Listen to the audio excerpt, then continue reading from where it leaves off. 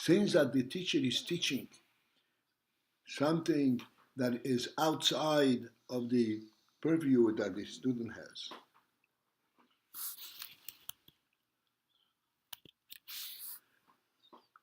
then he does not really have a means to understand it, to relate to it. He doesn't have a means of judgment. Does it make sense to me? This is where the next stage comes in. That's called beetle. Beetle means I learn that which makes sense to the teacher, not that which makes sense to me.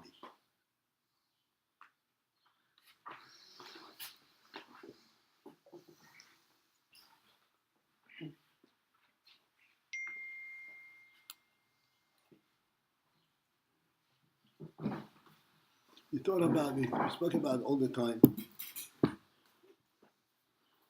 We spoke about it yesterday. What does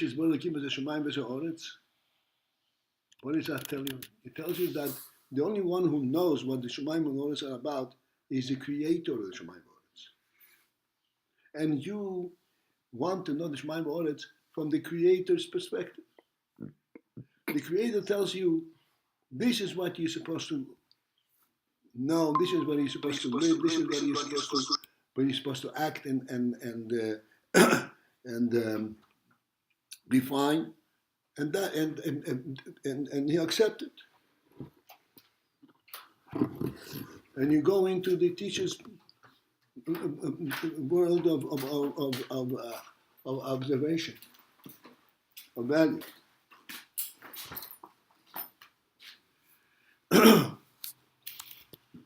The Rebbe said, I'm giving you 613 mitzvahs, most of which are mitzvahs of plain, simple action. And you say, who is interested in action? I'm interested in learning. I want a concept. I want to get involved in something. And here's where it comes in. He says, if you want to have that which the Rebbe has to give you, you have to take it the way the Rebbe gives it to you. The Rebbe says that the way to take his Torah is by performing the actions that are described in the Torah. Put on tzitzis, put on tefillin. These are things which are already closer a little bit to our understanding.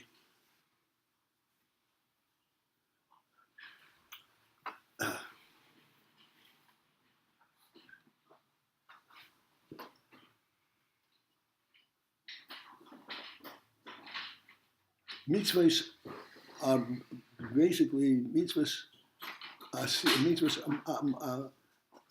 so mice, action and action mitzvahs. That is the definition of mitzvahs in its fuller definition.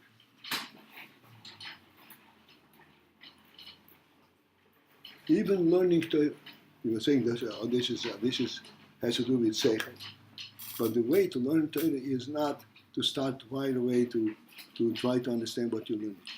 The way to learn Torah is to say the words of the words of Torah, and to translate the words on the simplest level.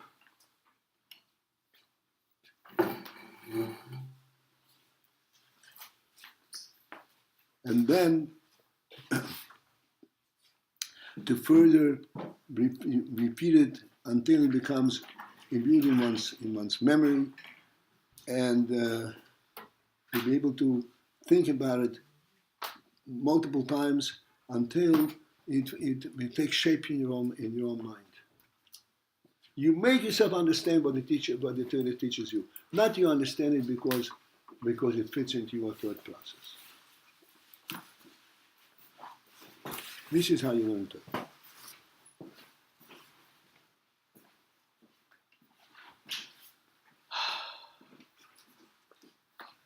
Which is called beetle. Beetle means that you give up, you give away your own means of knowledge, of learning, and you learn the way the teacher wants you to learn.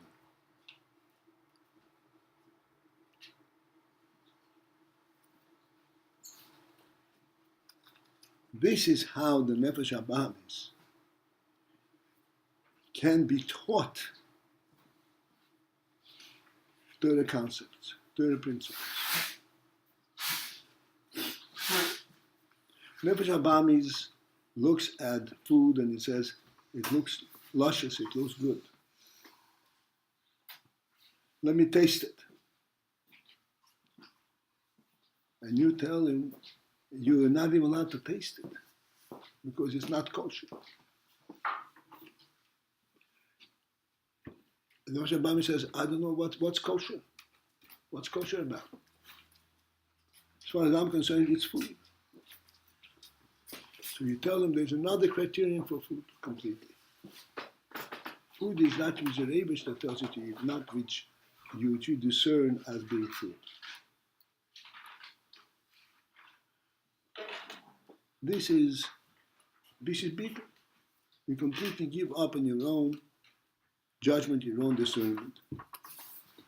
And you're learning simple halacha.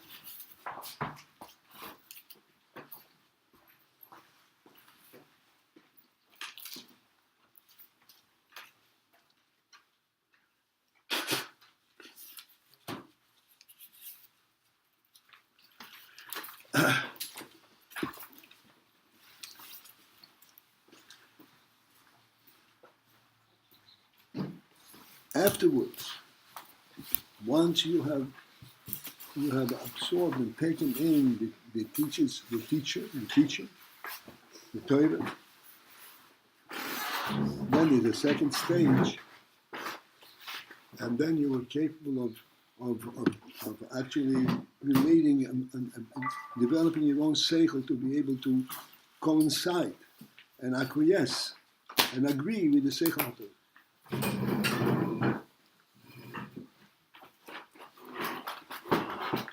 There's an expression in the Rabashas Morim, that there's a point of learning that is called Ma'ameis Amitosha Shel Torah. Ma'ameis Amitosha Shel Torah means that he substantiates the truth of Torah. He goes into learning Torah with such depth that he comes to its very core, to its very source of sources, to the place where it originates. And he says, the Torah reflects the truth of its origin.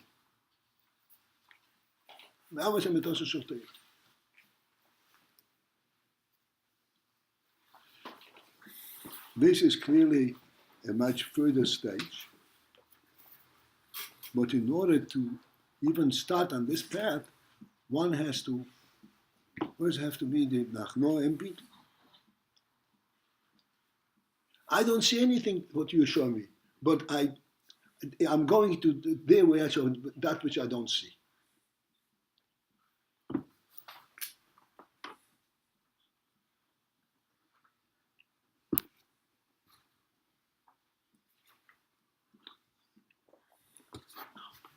Rabbi PALTIEL?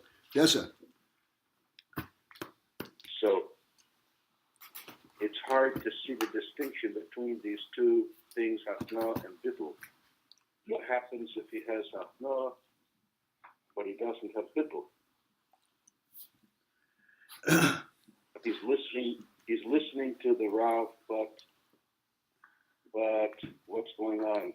He's not willing to just see what the Rav is saying. Without Beetle, he says the Rav is talking from a different reality, from a different world. I don't know what he's talking about.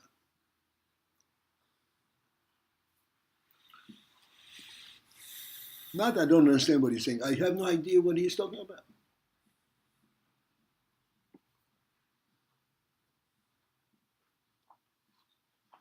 I have no idea, and I don't care to have an idea.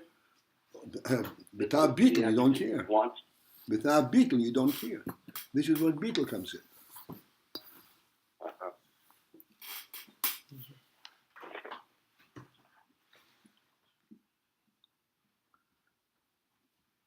Give you a very simple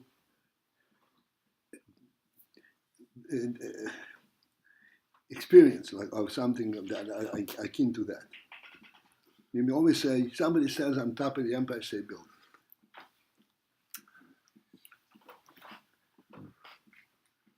And he sees the entire view, the entire panorama. And he says, there on your right, if you look further down, you'll see such and such. And you turn around on your right, and you see nothing of that sort. As a matter of fact, I turn around to my right, I see a wall. I can't see beyond the wall.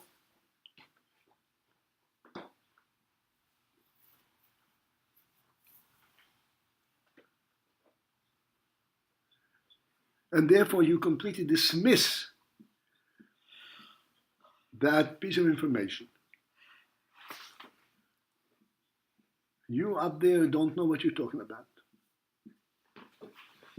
And therefore, I can't relate to what you're teaching.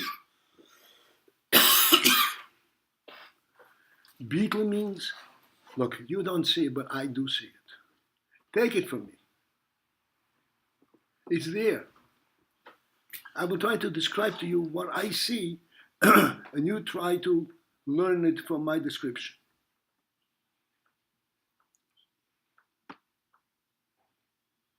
And the reason you're learning from my description is because it is I who is teaching it to you. Not because it makes sense to you, not because you expect it to be there, but you take it from me. It's like saying trust me, sometimes an expression. Right. What comes first? And if you do that, eventually you'll see beyond the wall. That's right. Which one comes first, Hachna or Bittul? Achno comes first. Because we said Hachna means that a person's not trying to figure out how they understand what the Rav is saying. Yeah, but he's learning. He's learning with you, but beetle is a completely different thing. It goes into a different realm completely.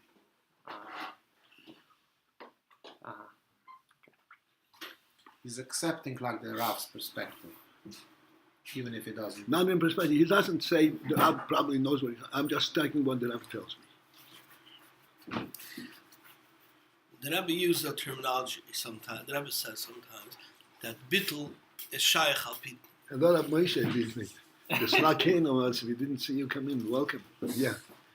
That bittul is shaykh al pitam vadas, like a child who listens to his teacher because he knows that his teacher has been right many times. So Right. therefore, there's a reasoning for his listening. That's not beetle.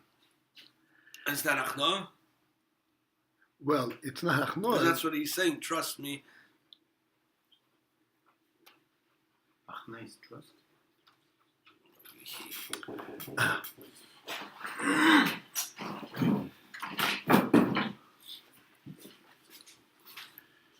Anything that you accept because it makes sense to you is not Achno and beetle.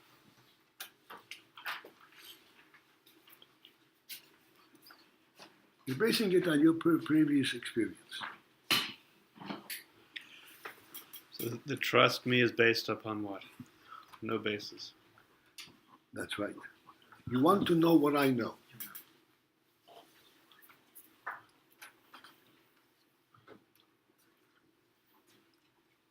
Submission.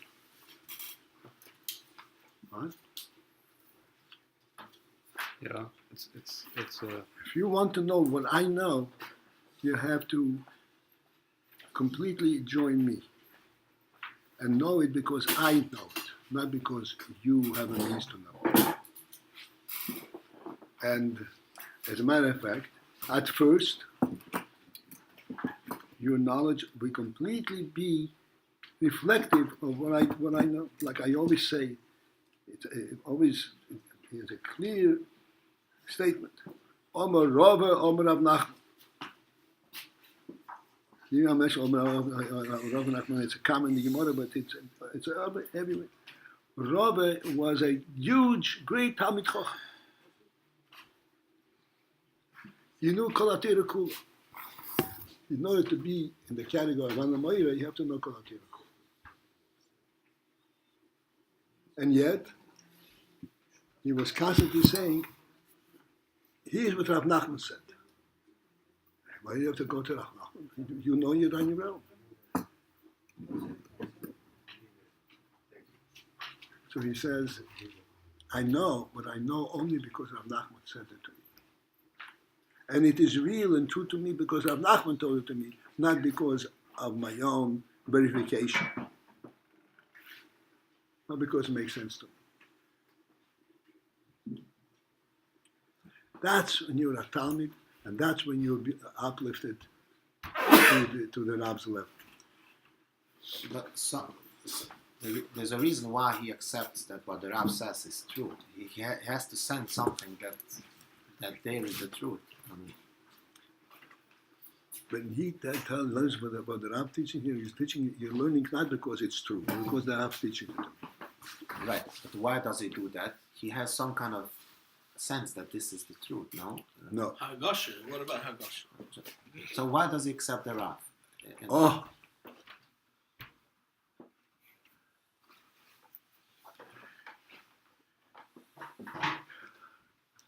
This is a tough question. Why is he accepting Rab? He doesn't have a means to understand and to know why he accepts the Rab.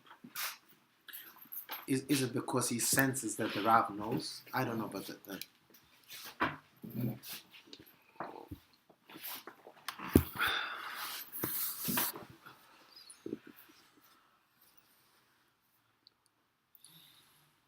the truth is, this whole process begins from the Rab rather than from the Talmud.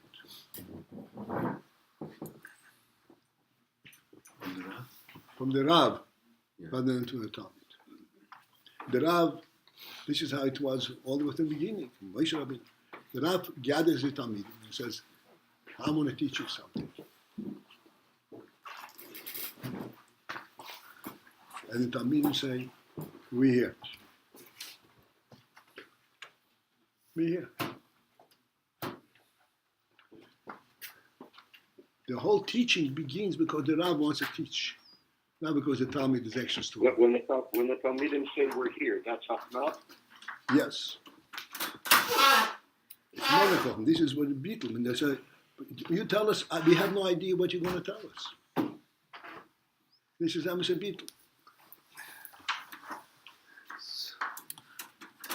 it still has to come. So the Talmud has to be accepting what. Why is he accepting what Rab? Because the Rab wants. I mean that.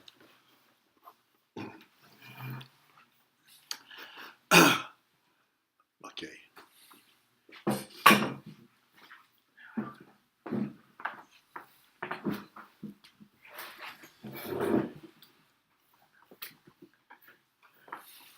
That's really a tough one. Why does he respond to this, to the Rab's call, come, I want to teach you?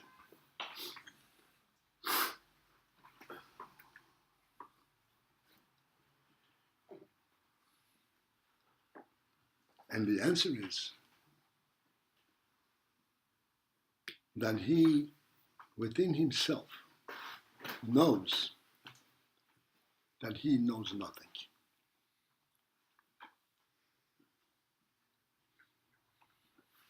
He starts with a blank field.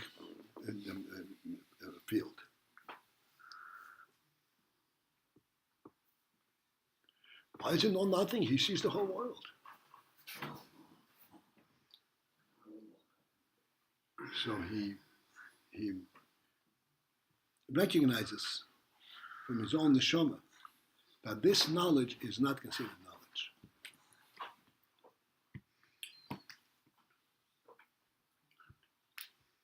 And this is why when the Rav calls him, come, I want to teach you, he says, I'm here.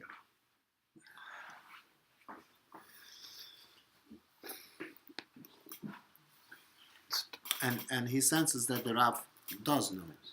He doesn't sense that. He just simply assumes that if the Rab says, I'm going to teach you, he's not a liar. To suspect something and he's lying is a completely different thing. There are many people calling in various directions. He I chooses. want he chooses to the route. illustrate this. This page consists of a whole bunch of letters, alphabets. The Talmud doesn't even know that it's an alphabet. He only sees the shapes of the letters. That he sees readily. What each shape stands for, he has no idea. Much less to know the correlationship between the different shapes. Forming a word, forming a sentence, he has no idea what it is.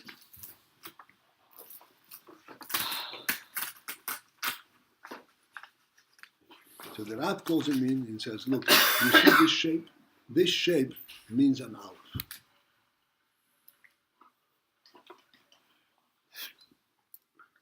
This is how a child begins learning. Aleph. I told you it is in one of the America's books for children. There's an illustration of a child learning from his Rebbe, and then the child says, "How do you know that this is an aleph?"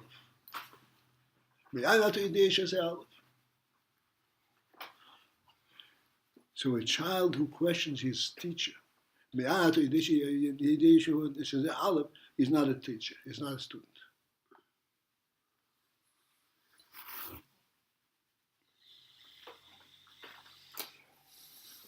I don't know. You claim to know.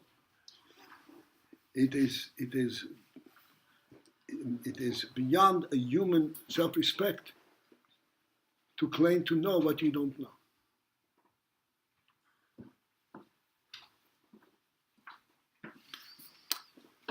Is it like logical? I believe him because of this or that, or is it simple? I believe him. I have this sense of. I look at his face, and I say, he's a human being. He speaks like a human being. A human being does not say what he doesn't know. And Shlomo Yonason asked, there's certain people pulling him in different directions, so he must have a sense that someone is saying the truth and someone not.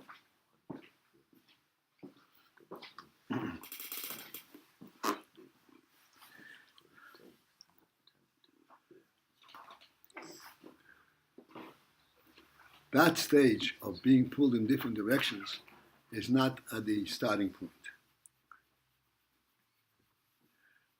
At the time when you're learning the Aleph base, you're not going to have multiple opinions of what an Aleph is.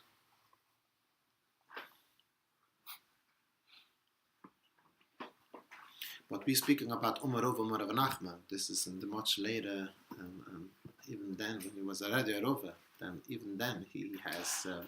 At that point, the time.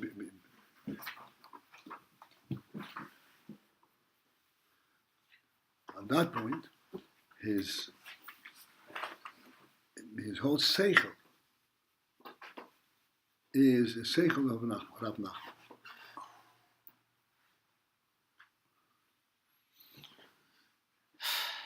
There's an interesting halacha demonstrating this in you. That in a Sanhedrin, in the Bezin, a Sanhedrin paskin a shaila on the basis of majority opinion. It's called oimin minyan, the minyan, majority opinion. So if in the Sanhedrin there's a Rav and a Talmud, so they have two opinions. He says no, a Rav and Talmud only count as one opinion. There only one voice. How come? I agree with my Rav. The answer is because he's his Talmud. His mind was shaped by the teaching of the Rav. So invariably he is going to think like the Rav thinks.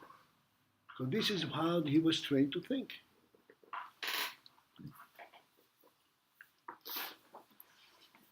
And Halacha says, a Rav and the Talmud only have one voice, one number. So if you have 100 people, and amongst them you have Rav and Talmud, that reduces the number of opinions to that number.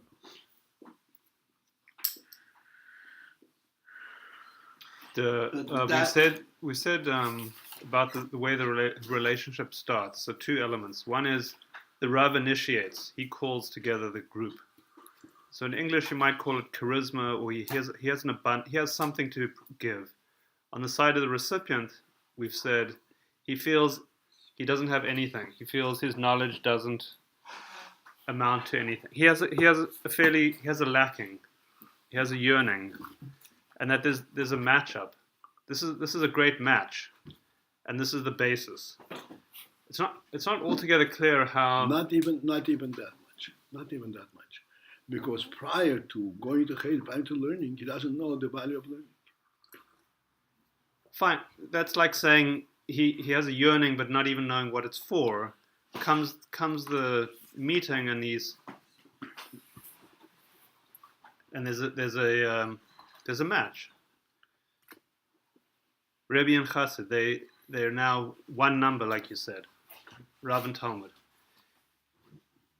It's maybe that's all we can say about it, but it's quite strange how this Chassid lands up with this. This yearning Rebbe. is a very subtle Indian. It's very difficult to identify. We speak about the term rotzoin. Rotzoin is mentioned all the time. And we have to think, as much as we'll think, we'll never be able to really define rotzoin. But it's an interesting thing. It says, Ein tam l'rotzoin. There is not an explanation, there's not a tam. Tam means no taste, no sense. Rotzoin is not based on sense.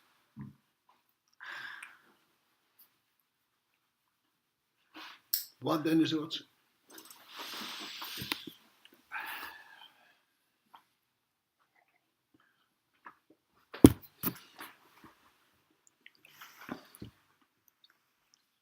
Rotzoin is, just to start with, so we understand what we're talking about. I said many times, we look out at the world. We think that we see what we see. Because we have our intelligence, our eyes, we discern what we see, what we're looking at. That is not the truth. You see not because you have the ability to see. You see because you're being shown. When you look at the world, you see that there is a background. There is something prior to what you see. There's a reality prior to the level of your observation. Let's understand this reality prior to your observation. Wait, that corresponds to Ratzon here? And we'll come back to this. But let me first identify it.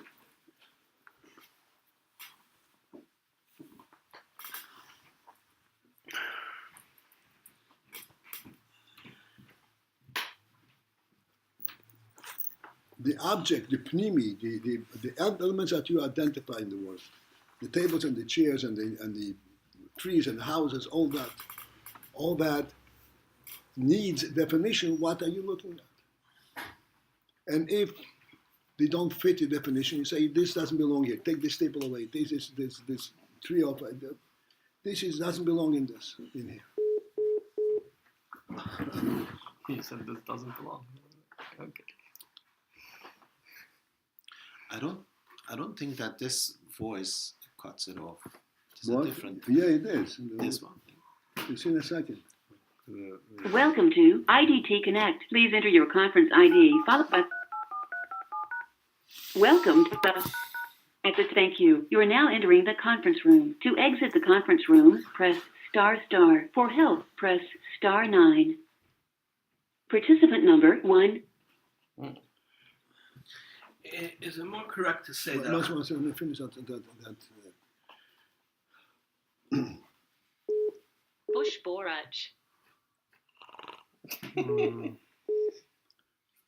He's calling you on your own line. All right, Baruch, you have to call back into this conference. I'm back in the conference. He doesn't hear. You need to pick it up. Pick up his call. Put the green button. Who's she? Green button. Baruch, you're back in conference. I'm not in conference at all. Are you back in conference? Yes, I'm back in conference. I'm saying go back in Okay. conference. Just leave it I'll there. go back in conference. Thank you. Okay. To go back. Just stay on the line.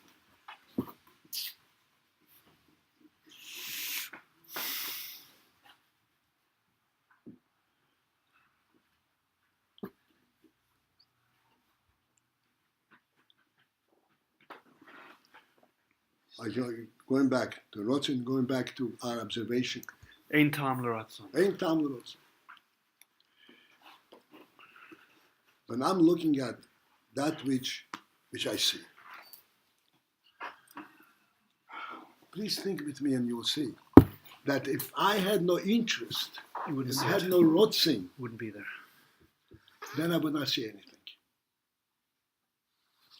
Everything that I see is within the context of the Rotzen. What is the Rotzen about? Do I want to see this table? Or this house? I want to see, I want the prior reality, that which makes this real, the makif.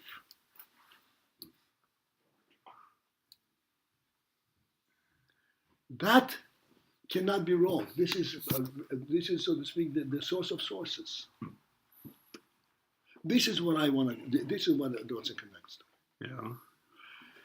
Rotzen means not ein tam rotzen. I want because I want. Because I have this reality in my soul. This was part of the neshama that the REBBE gave me. And the REBBE gave me part of him, of his truth, Yeah. which has no beginning, has no defining element. From this I have my rotzen. And this is describing the inner reality of the Talmud.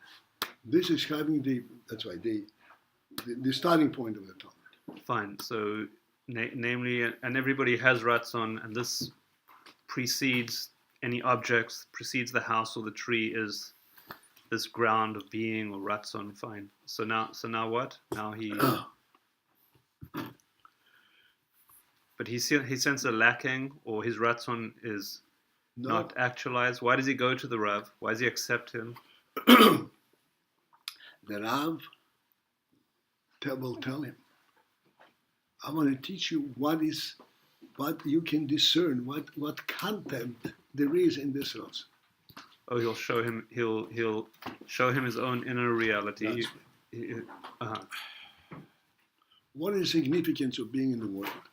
You should know that being in the world is very significant because being in the world allows you to do a mitzvah.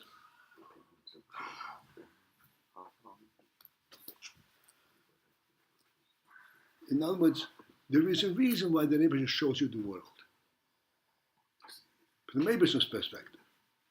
Because this is what the Rebbe wants, that his presence should be known on a worldly level. And you are the one who is able to effectuate it.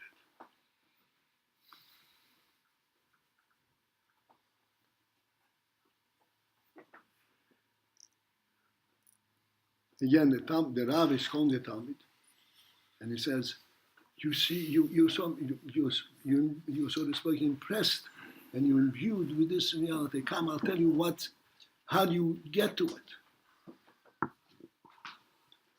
How you relate to it on your level. You know it only from the level that is being given to you by the teacher. I'm going to give it to you from your level. That you will be from your own level able to relate to it, to learn about it. That begins from Kometz Aleph.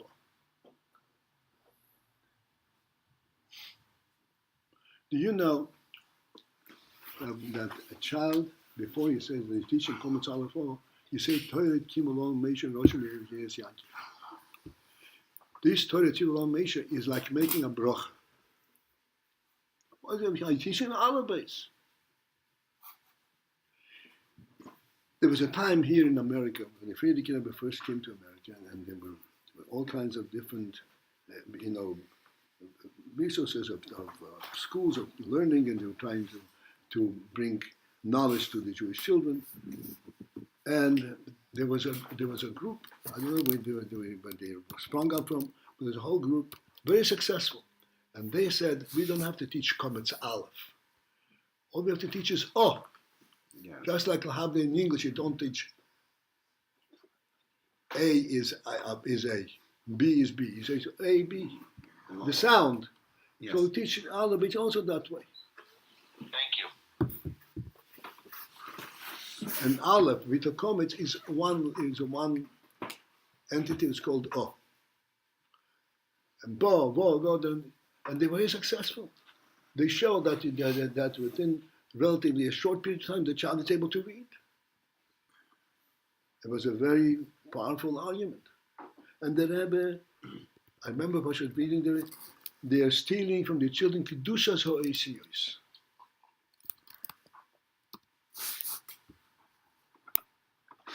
The Oisius are holy Oisius. You're not allowed to say a letter from the Aleph base without making a bracha. This is why we say prior to learning. Because this is like making a bracha.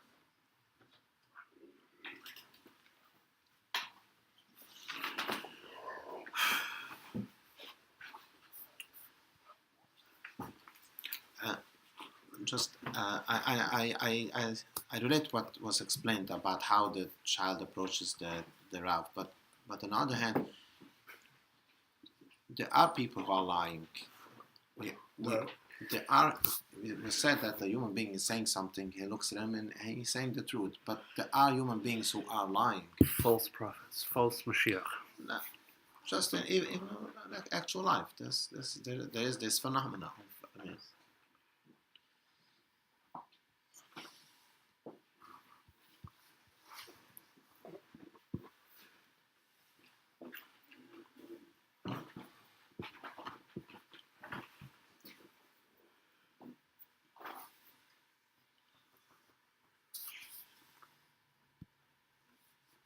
This is why the child goes to the yeshiva, the school that his parents bring him to.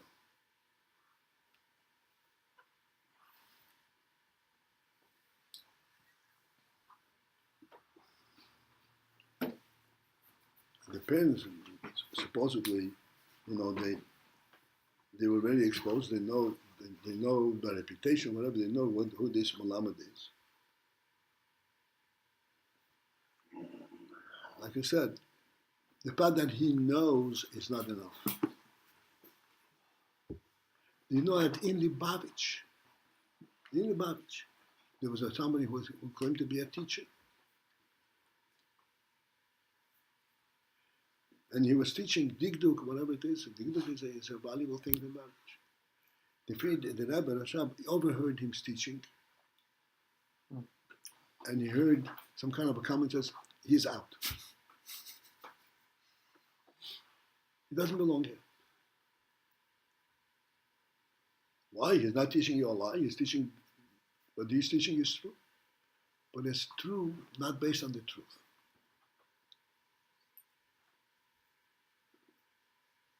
And therefore the Rebbe dismissed his contract instantly.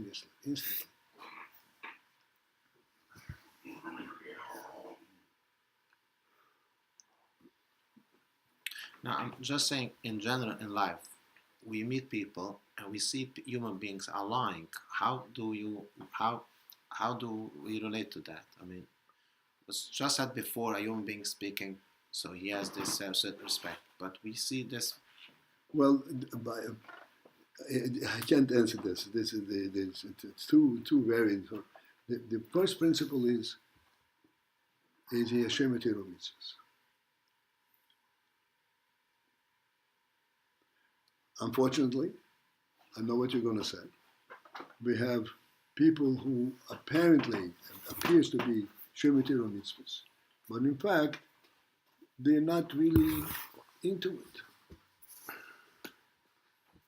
it. Or they're not saying the truth. I mean, You know, not saying the truth, only can only pass if Torah mitzvahs that they're doing, they don't really subscribe to it. What is Torah mitzvahs? The mitzvahs is not this, eat that, and this, and not this. This is what the REBBE said you should do. The mitzvah you should not do. If they have this element, then you can learn from them. Because then everything that they teach you is coming from the same source.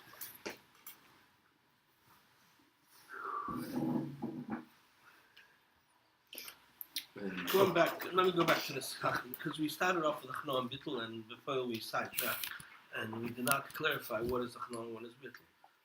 Which level of, I'm saying, even in the mashal of the halacha from Sanhedrin, the fact that there's one opinion, is that Mitzad Achno or that's Mitzad Bittul? If I may, to me it sounds like Achno is. No, what you said, it's one opinion is because of Bittul. How does he get to know it is through Achno. Achno means that he submits to being taught. There's two different things, being taught and being told. Taught means I'm teaching you what you can understand. Being told is a completely different thing. You don't really, I'm not even explaining it to you, I'm not trying to make sense of it. This is what it is. Like I said, Omer Rabba, Omer Rav Nachman. It's not because Rav Nachman made sense to Rabba. But Rav Nachman said it, that's the end of the story. So told is associated with Achno and taught is associated with Bittul. he's on the phone. It doesn't matter. Yeah. He's on the phone.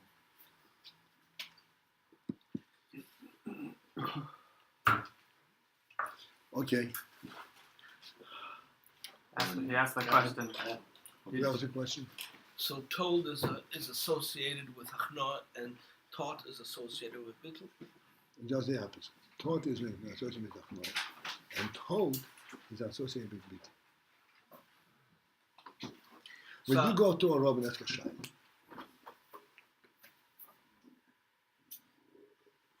He tells you it's kosher.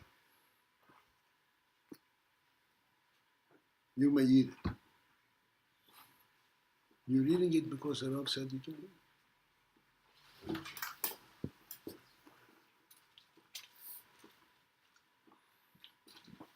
But yeah, I don't know if today there's this in here, but all the Rambonim, when you ask him a shaila on kashrus, his answer was go and eat it. Ask you something.